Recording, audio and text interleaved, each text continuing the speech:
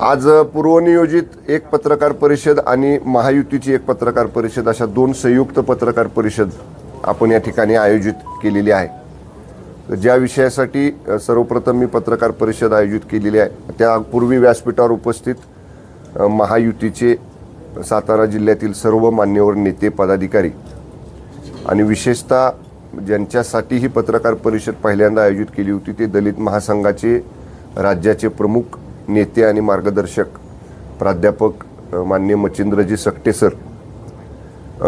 माननीय मच्छिंद्र सकटे सरांनी माननीय मुख्यमंत्री एकनाथजी शिंदे साहेबांच्या बरोबर मागच्या आठवड्यामध्ये चर्चा केली आणि राज्यामध्ये जे काही काम शिंदे साहेबांच्या नेतृत्वाखाली महायुती सरकारचं गेल्या 2 वर्षामध्ये सुरू आहे त्या कामावरती प्रभावित होऊन आणि त्याचबरोबर सकल मातंग समाजाचे जे काही प्रश्न गेली अनेक वर्ष राज्यामध्ये प्रलंबित होते त्या प्रश्नासंदर्भात सखोल चर्चा प्राध्यापक मच्छिंद्र सकटे सरांची माननीय एकनाथजी शिंदे साहेबांच्या बरोबर झाली आणि त्यांनी आता त्यांचा निर्णय सांगतील। परंतु त्यांनी ही भूमिका शिंदे साहेबांची जी काय महाराष्ट्रामध्ये सुरू आहे किंवा जी काय काम सुरू आहे त्याच्याबद्दल अत्यंत समाधान व्यक्त केलेलं आहे। त्याबद्दल शिवसेना पक्षाच्या वतीनं आणि महायुतीच्या वतीनं सुद्धा माननीय मच्छिंद्र सकटे सरांचं मी मनापासून स्वागत करतो, त्यांचं मनापासून अभिनंदन करतो आणि मी बोलण्याच्या पूर्वी सरांनी त्यांचं मनोगत आजच्या पत्रकार परिषदेमध्ये व्यक्त करावं अशी सरांना विनंती करतो। सकटे नाम तो सुना होगा। मी कराडला असतो, सोशॉलॉजी माझा विषय आहे आणि गेली 33-34 वर्ष दलित महासंघाच्या माध्यमातून मी काम करतो। समाजातील मातंग समाज आणि इतर सर्व दलित समाजाच्या न्याय हक्काच्या प्रश्नावरती मी आजपर्यंत फार मोठी आंदोलनं केलेली आहेत। दादा दलित हे बरोबर आहे का बघा, काय वाढवायचं बरं। यापूर्वी मला अण्णाभाऊ साठे विकास महामंडळाचं अध्यक्षपद मिळालं होतं, राज्यभर त्यामुळे फिरता आलं, संघटन वाढवता आलं। सातारमध्ये माझ्या फारशा पत्रकार परिषदात फारशा झालेल्या नाही आहेत, कराडच मी माझं हेडक्वार्टर ठेवलेलं होतं। परंतु आज मी आपल्या सगळ्यांच्या समोर आलोय आणि आपल्या सगळ्यांशी मी संवाद करतोय। मला व्यक्तिशः खूप आनंद आहे आणि मी दलित महासंघाच्या वतीनं आणि बहुजन समता पार्टीच्या वतीनं आपल्या सगळ्यांचं मनापासून स्वागत करतो। आजच्या या पत्रकार परिषदेसाठी राज्याचे अत्यंत कार्यक्षम आणि तडफदार मंत्री सन्माननीय नामदार शंभूराज देसाई सर आणि अतुल भोसले बाबा, आमचे मित्र अशोक बापू, सर्व इतर पक्षांचे महायुतीचे सर्व मान्यवर पदाधिकारी, दलित महासंघाचे माझे सहकारी उत्तम चांदणे, प्रकाश भाऊ वायदंडे, शंकर महापुरे, शरद रणपिसे आणि सर्व मित्र हो। फुले शाहू आंबेडकर अण्णाभाऊ साठे लहुजी वस्ताद यांचा विचार घेऊन गेली 32 वर्ष मी काम करतोय आणि यापूर्वी मी काँग्रेस राष्ट्रवादी यांच्या सोबत होतो। आपल्याला माहित असेल नसेल थेट अगदी पवार साहेबांच्या सोबत माझे संबंध असायचे होते। परंतु गेल्या काही वर्षामध्ये नरेंद्र मोदी साहेबांचं जे काम आहे ते काम आणि गेल्या 2 वर्षातलं एकनाथ शिंदे साहेबांचं काम, या 2 कामांच्यामुळं व्यक्तिशः महाराष्ट्रातील तमाम मातंग समाजामध्ये अत्यंत आनंदाची आणि समाधानाची अशी भावना आहे। विशेषतः एकनाथ शिंदे साहेबांच्या माध्यमातून मातंग समाजाचे जवळपास 40-50 वर्षापासूनचे प्रलंबित प्रश्न सुटलेले आहेत। गेली अनेक वर्ष अशोकराव बापूंना माहित आहे की doctor Babasaheb Ambedkar research and training institute तथा बार्टी या बार्टीच्या धर्तीवर मातंग समाजासाठी स्वतंत्र आरटीची स्थापना व्हावी ही गेली 25-30 वर्षापासूनची आमची मागणी होती आणि मला अतिशय अभिमान वाटतो की ही तमाम महाराष्ट्रातल्या मातंग समाजाची मागणी एकनाथ शिंदे साहेबांनी मान्य केलेली आहे आणि या समाजाला स्वतंत्र आरटीची स्थापना दिलेली आहे। विधान भवनात विधानसभेत चर्चा होऊन हा निर्णय झालेला आहे। जीआर पण झाला, जीआर पण झाला। आणखी एक गोष्ट सांगेन की लहुजी वस्ताद साळवे हे मातंग समाजाचं प्रेरणास्थान आहे. आपण सगळे अभ्यास करणारे आणि विचारवंत पत्रकार आहात. महेशराव, महात्मा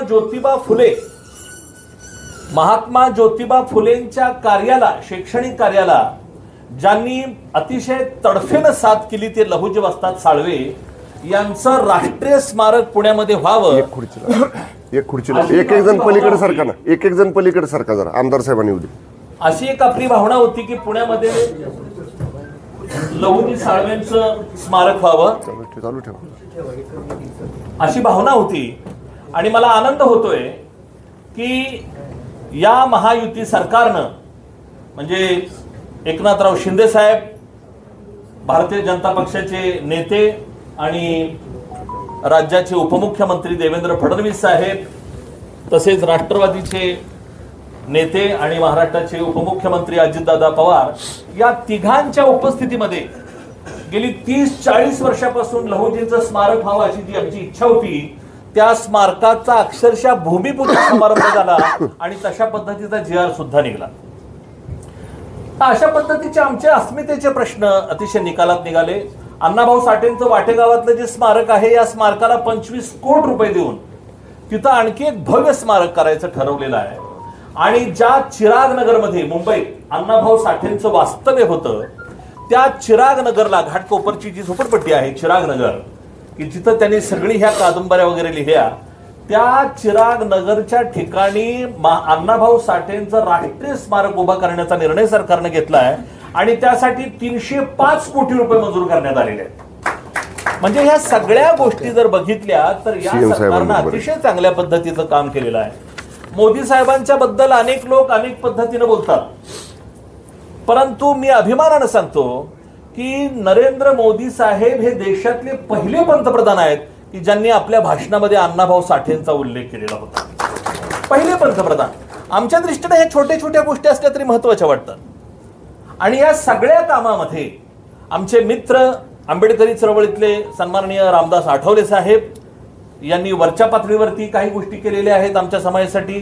कारण नरेंद्र मोदी साहेबांनी सुद्धा अबकडच्या संदर्भामध्ये, आम्ही अनुसूचित जातीमध्ये स्वतंत्र अबकड मागतोय, तर त्यासाठी नरेंद्र मोदी साहेबांनी दिल्लीत समिती स्थापन केलेली आहे. आणि महाराष्ट्र सरकारमध्ये इथं सुद्धा अनुसूचित जाती आरक्षण वर्गीकरण अभ्यास समिती स्थापन केलेली आहे आणि त्याच्यामध्ये मी एक सदस्य आहे. मी एकच आपल्याला सांगतो की मी हे सगळं इथं आज या मंचावर आहे, त्याचं मुख्य कारण असं की मातंग समाजातले हे सर्व प्रश्न सोडवण्याच्या दृष्टीनं मुख्यमंत्र्यांच्याकडं पाठपुरावा करण्यासाठी अख्ख्या महाराष्ट्रातल्या मातंग समाजाला जर कुणी मदत केली असेल तर नामदार शंभूराज देसाई साहेबांनी मदत केलेली आहे. आणि केवळ त्यांच्या आणि त्यांच्यामुळेच आज मी या मंचावरती उपस्थित आहे. तर शंभूराजे साहेब, मी सगळ्यांच्या समोर आपले मनापासून आभार मानतो. आणि इथून पुढेही आमचे एक दोन प्रश्न आहेत की आम्हाला स्वतंत्र एक आयोग स्थापन झाला पाहिजे अशी एक आमची मागणी आहे. तर त्याही दृष्टिकोनातून फाईल तयार केली आपण, आचारसंहिता झाली की साहेबांकडे पाठवतो. तर या सगळ्या कामामध्ये आपण सगळ्यांनी सहकार्य केलंय, त्याबद्दल मी आपले आभार मानतोय. आणि या सगळ्या भूमिकेतूनच मी दलित महासंघ आणि बहुजन समता पार्टीच्या वतीने आज शिवसेना, राष्ट्रवादी काँग्रेस आणि भारतीय जनता पक्षाला आम्ही सगळे पाठिंबा जाहीर करत आहोत. धन्यवाद. जाता जाता एकच सांगेन नरेंद्र मोदींच्या बद्दल की ते ईडी चौकशी करतात, सीबीआयची धाडी घालतायत, ह्याच्याबद्दल देशभर चर्चा आहे. पण मला आनंद आहे की मातंग समाजातल्या कुणाचीही ईडीची चौकशी अजून झालेली नाहीये आणि मातंग समाजातल्या कुणावरही सीबीआयची धाड पडलेली नाहीये. त्यामुळं महाराष्ट्रातल्या मातंग समाजाने आपल्यावर ईडीची धाड पडेल म्हणून टेन्शन घेण्याचं काही कारण नाहीये. आपण अगदी बिनधास्तपणानं उद्याच्या लोकसभेमध्ये साताऱ्यात उदयन महाराजांच्यासाठी आणि महाराष्ट्रात महायुतीसाठी अंग झाडूनी निग बाहेरी घे भिनीवरती घाव जग बदल सांग घालूनी घाव, हे बाबाचं अण्णाभाऊंचं कवन त्या पद्धतीनं काम करायचं आहे. पुन्हा एकदा सर एवढंच अपेक्षा की दलित महासंघाला आपण सन्मानानं वागवावं आणि मातंग समाजाचे प्रश्न सोडवण्यासाठी सहकार्य करावं एवढीच अपेक्षा व्यक्त करतो. धन्यवाद. आपण जय महाराष्ट्र म्हणला, मी सगळ्यांना जय भारत म्हणतोय. प्राध्यापक डॉक्टर मच्छिंद्र सकटे सरांनी शिवसेनेला आणि महायुतीला जो पाठिंबा जाहीर केलेला आहे त्याबद्दल संपूर्ण महायुतीच्या वतीनं आणि शिवसेनेचे मुख्य नेते, राज्याचे मुख्यमंत्री आदरणीय एकनाथजी शिंदे साहेबांच्या वतीनं सकल दलित महासंघाचा आणि प्राध्यापक डॉक्टर मच्छिंद्र सकटे सरांचा मी मनापासून आभारी आहे. सरांनी ज्या 2-3 गोष्टी सांगितल्या ती वस्तुस्थिती आचारसंहिता असल्यामुळं मंत्र्यांच्या वक्तव्यावरती काही बंधन आहेत, परंतु जे पाठीमागं घडलं ते सांगण्यासाठी काही बंधनं कायद्याची नसावीत. गेल्या 1-1.5 वर्षापूर्वी विधिमंडळाचं अधिवेशन सुरू असताना राज्यातल्या सकल मातंग समाजाचं एक खूप मोठं आंदोलन आझाद मैदानावरती या ठिकाणी सुरू होतं. त्यावेळी सामाजिक न्याय विभाग हा त्या अधिवेशन कालावधीपुरता त्या विभागाचा पदभार माननीय मुख्यमंत्र्यांनी माझ्याकडे दिलेला होता आणि मला CM साहेबांनी सांगितलं की शंभूराज तुम्ही स्वतः आझाद मैदानावर जा. आपल्याला किंवा किमान माध्यमांच्या प्रतिनिधींना माहिती आहे, अधिवेशन चालू असताना मोर्चे आले, आंदोलन झाली तर त्यांच्यातल्या 5 प्रतिनिधींना आपण शिष्टमंडळाला विधानभवनमध्ये पाचारण करतो आणि तिथं त्यांच्याबरोबर मंत्री चर्चा करतात. पण सर आपल्यालाही माहिती आहे, CM साहेबांनी सांगितलं की पद्धत काही असेल पण शंभूराज तुम्ही राज्य सरकारचे प्रतिनिधी म्हणून स्वतः आझाद मैदानावर जावा. पोलीस मला म्हणत होते की साहेब समाज मोठा मॉब आहे, लोकांच्या भावना तीव्र आहेत आणि आपण न गेलेलं बरं. आम्ही त्यांना विनंती करतो आणि त्यांच्या शिष्टमंडळाला घेऊन विधानभवनमध्ये येतो. पण मी म्हटलं असं नाही, मी स्वतः तिथं जाणार आहे आणि तुमच्यापैकी जर आता सर कोणी बसलेली तर असतील त्या आझाद मैदानावरती तर तुमच्या लक्षात आलं म्हणजे स्मरणात असेल, मी स्वतः आपल्या व्यासपीठावरती आलो होतो. प्रचंड मोठा समुदाय म्हणजे 50-50 हजार माणसं आझाद मैदानावरती होती. मी त्या व्यासपीठावर गेलो, निवेदन स्वीकारलं. सकल मातंग समाजातल्या वेगवेगळ्या संघटनांच्या प्रत्येक नेत्यांचं तिथं भाषण झालं आणि मी त्यांना आश्वासन दिलं की अधिवेशन संपल्यानंतर 1 महिन्याच्या आत या बाबतीत माननीय मुख्यमंत्री महोदयांच्याकडे आपण बैठक लावू आणि त्याच्यात सकारात्मक निर्णय घेऊ. निर्णय काय झाले ते सरांनी या ठिकाणी सांगितले. सरांनी आता हे राजकीय व्यासपीठ जरी नसलं किंवा राजकीय भाषण करण्याची वेळ जरी नसली तरी त्यानंतर सरांच्या 2-3 भेटी माननीय मुख्यमंत्री महोदयांच्या बरोबर झाल्या आणि मी विनंती केली मुख्यमंत्र्यांच्या वतीनं सकटे सरांनी की सर आता आम्ही एक अटीतटीची लढाई महाराष्ट्रामध्ये लढतोय. विशेषतः शिवसेना म्हणाल तर वंदनीय शिवसेना प्रमुख हिंदुहृदय सम्राट स्वर्गीय बाळासाहेब ठाकरे साहेबांचे ज्वलंत विचार घेऊन शिंदे साहेबांच्या नेतृत्वाखाली आम्ही पुढे चाललोय. तुमचं आम्हाला पाठबळ पाहिजे, तुमची शिंदे साहेबांच्या नेतृत्वाला साथ पाहिजे. आणि सरांनी मनाचा मोठेपणा दाखवला, ते ज्याचा त्यांनी उल्लेख केला मगाशी, तसं काहीही मनात न आणता त्यांनी सांगितलं की निस्वार्थीपणे समाजाच्या हितासाठी तुम्ही 1.5-2 वर्षात जे निर्णय घेतलेत त्याच्यासाठी आम्ही तुमच्याबरोबर आहे. आणि त्यांनी आज या ठिकाणी उघड पाठिंबा जाहीर केला. मी त्यांच्या मनापासून आभार मानतो. त्याचबरोबर माझ्याकडे एक पत्र आहे. पद्मश्री डॉक्टर नामदेव ढसाळ ज्यांच्या नेतृत्वाखालची दलित पॅंथर संघटना, सन्माननीय श्री सुखदेव सोनवणे म्हणून त्यांचे राज्य अध्यक्ष आहेत, त्यांनी सुद्धा मागच्याच आठवड्यामध्ये लेखी पत्र काढून महायुतीला आणि शिवसेनेला या ठिकाणी पाठिंबा जाहीर केलेला आहे. तेही पत्र आता माझ्याजवळ आहे. त्यामुळं सकल मातंग समाजाचे महाराष्ट्रातल्या मी मनापासून आभार मानतो. आता हे दोन्हीही नेते माननीय प्राध्यापक डॉक्टर मच्छिंद्र सकटे सर आणि दलित पॅंथरचे राज्य अध्यक्ष श्री सुखदेव तात्या सोनवणे हे दोघंही महायुतीच्या सर्वच्या सर्व 48 उमेदवारांना पाठिंबा तर दिलेलाच आहे आणि सक्रिय प्रचारामध्ये सहभागी होतील. महायुतीची ताकद राज्यामध्ये वाढत चाललेली आहे आणि जे आम्ही सगळ्यांनी मनामध्ये ठरवले की 45+ महाराष्ट्रामध्ये आणि 400 पार देशामध्ये हे नक्कीच साध्य होईल आणि आम्ही सगळेजण त्याच्यासाठी प्रयत्न करतो आहे. माध्यमांचं सुद्धा सहकार्य आम्हाला महायुतीला मिळावं अशी विनंती करतो. यापुरते जर काही प्रश्न असतील तर ते घ्यावेत किंवा किती वेळ लागतो यायला? मग हे प्रश्न उत्तर घेऊया. या म्हणजे 2 प्रेस करता येतील, ही एक आणि ती एक. या बाबतीतले काही प्रश्न असतील माझ्यासाठी तर जरूर विचारा.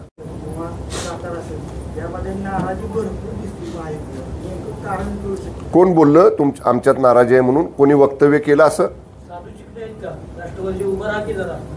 नाही, इथं प्रश्न उत्तर म्हणजे माध्यमांनी विचारा. तुम्ही कोणाला तरी बाहेरच्या व्यक्तीला इथं पत्रकार परिषदेची ही पद्धत नसते बघा. तुम्ही माध्यमांनी मला प्रश्न ऐका ना, 1 मिनिट. तुम्ही माध्यमांनी मला प्रश्न विचारा, संदर्भ द्या, मी त्याचं उत्तर देतो. तुम्ही इथं जर एखाद्या कार्यकर्त्या म्हणाल तू बोल, ही काही सभा नाही ना पक्षाची कोणी प्रश्न उत्तर करायला. तुम्ही विचारा मला, मी देतो ना उत्तर. तुम्ही नाराजी म्हटला, मला कुठल्या पाटणचं नाव घेतलं सांगा ना. एक कार्यकर्ता पाटणमधला नाव घेऊन सांगा किंवा बातमी एखादी दाखवा की त्याच्यात नाव घेऊन त्यांनी नाराजी व्यक्त केली.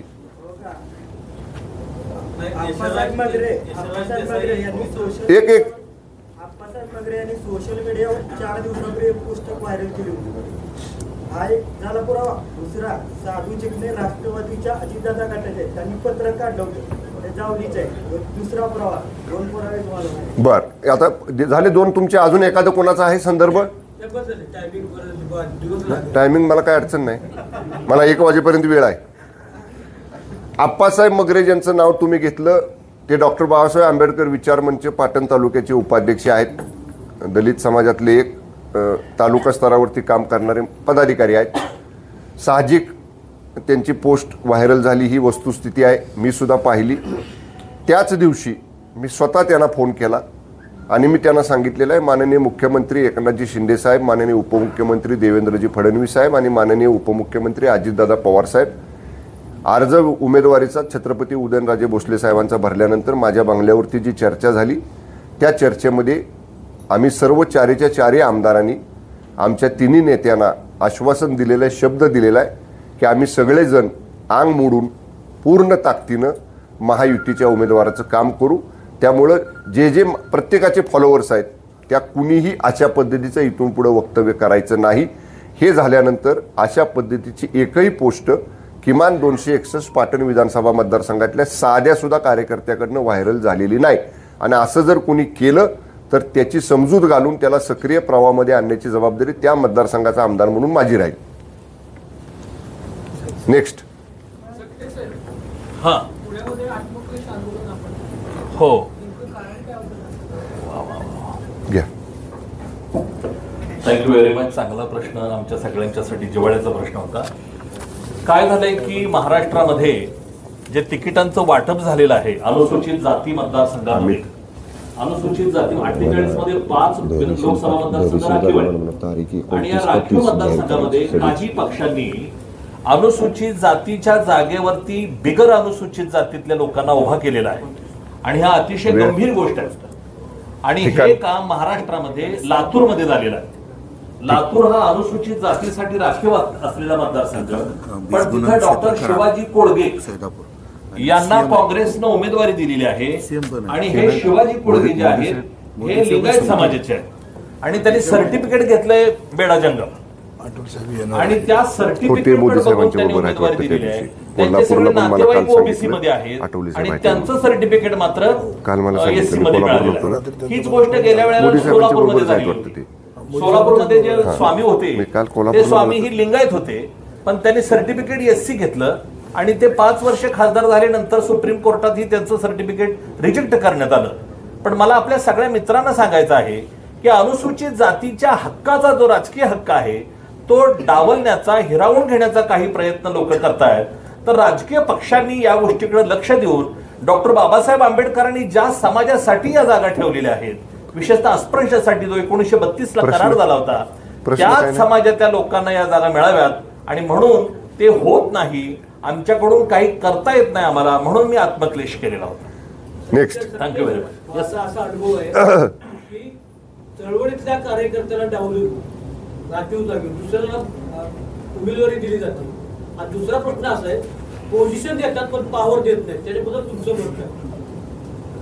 तुम्ही सगळंच मला आज बोलायला बघितलं का तुम्ही? मी आज पाठिंबा द्यायला आलेलो आहे, पण काय हरकत नाहीये. ही तर वस्तुस्थिती आहे आणि तुम्ही म्हणताय ते करण्यामध्ये कोणताही पक्ष पाठीमागं नाही. आणि माझं हेच म्हणणं आहे की यापूर्वी अगदी सुरुवातीला 90च्या दशकामध्ये चळवळीतल्या लोकांचा सन्मान झालेला होता. तसंच साहेब हाही आपल्या जाधव साहेब आपल्याला हे मी विनंती करेन की चळवळीतल्या लोकांचा सन्मान झाला पाहिजे, ज्यांचा थेट लोकांशी संबंध आहे, प्रश्नाशी संबंधित आहे. अशा चळवळीतल्या नेत्यांना राजकारणामध्ये आपण संधी दिली पाहिजे आणि ही सुद्धा मागणी माझी असणार आहे. आपल्या मताशी मी सर सहमत आहे.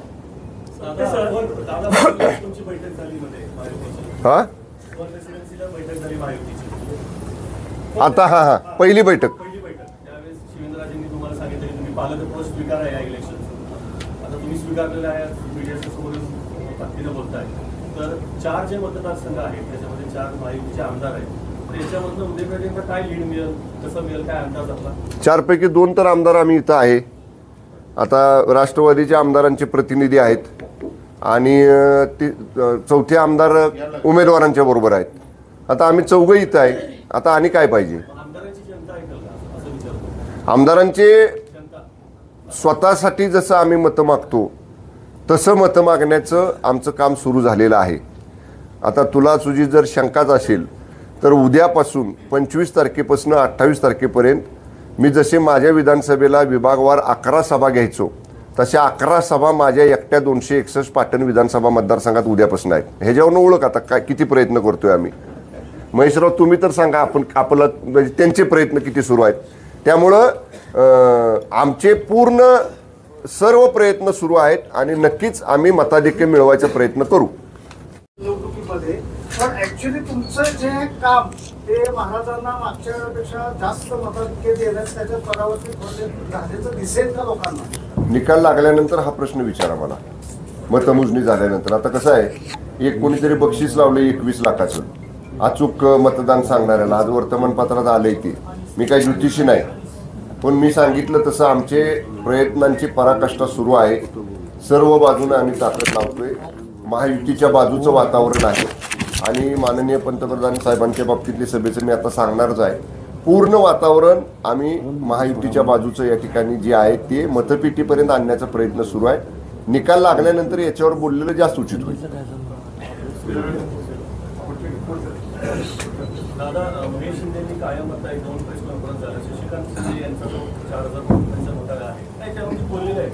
आता हे पुढच्या आठवड्याची कारवाई राहिली का काय म्हणजे पालकमंत्री हे 2-3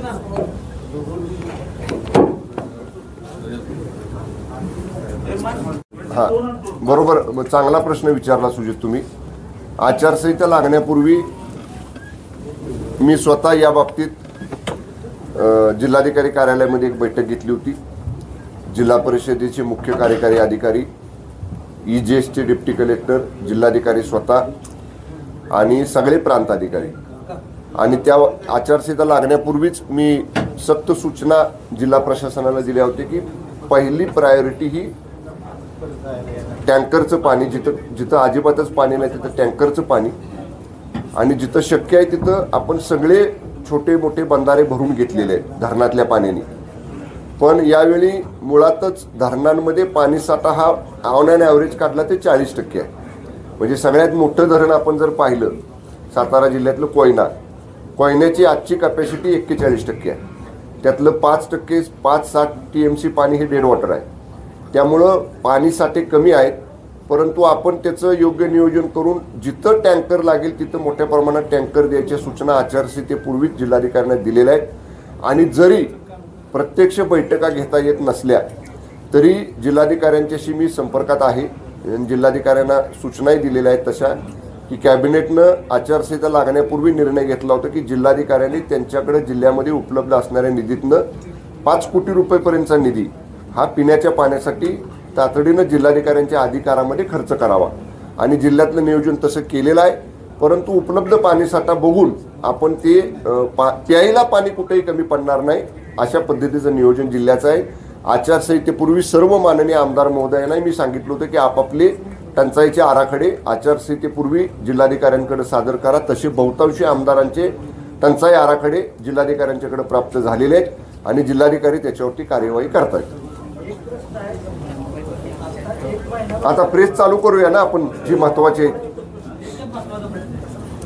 आता 1 महिन्यापासून दौरे सुरू आहेत माहितीच्या उमेदवारांचे. आपल्या मतदारसंघात पाटणमध्ये असं 5 वर्षात या कुठल्या गावाला भेटी दिल्या कुठं विकास कामाला काय माझा आपल्या महायुतीचे उमेदवार महायुतीचे उमेदवार हे पूर्ण 6 विधानसभा मतदारसंघाचं प्रतिनिधित्व करत असतात आणि बहुतांशी माननीय खासदार महोदयांचं काम हे त्या विधानसभा मतदारसंघातले आमदार करत असतात.